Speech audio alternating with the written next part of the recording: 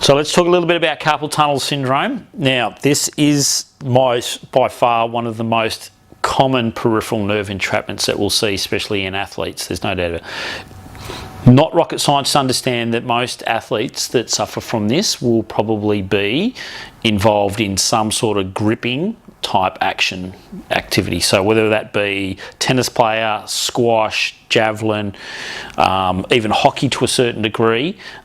Also, we can bring athletes in who throw as well.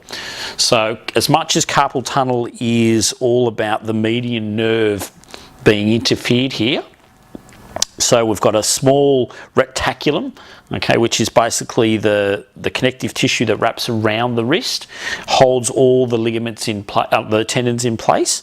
So it's only a very, very small area. We've also got the median nerve in there as well. So once we start to get extra pressure or God forbid some swelling in there, that will start to interfere with that carpal tunnel, and then they'll start to get diffuse symptoms through basically the palm of their hand. But you can also get symptoms up the arm as well. But as much as this happens here, there is, and always usually is, 2 or 3 other secondary entrapment sites. So usually, namely one here at pronator teres, sometimes up here at the biceps brachii, and even also up here in the pec minor and the scalene. So when we're treating this condition, we need to be treating each one of these areas here.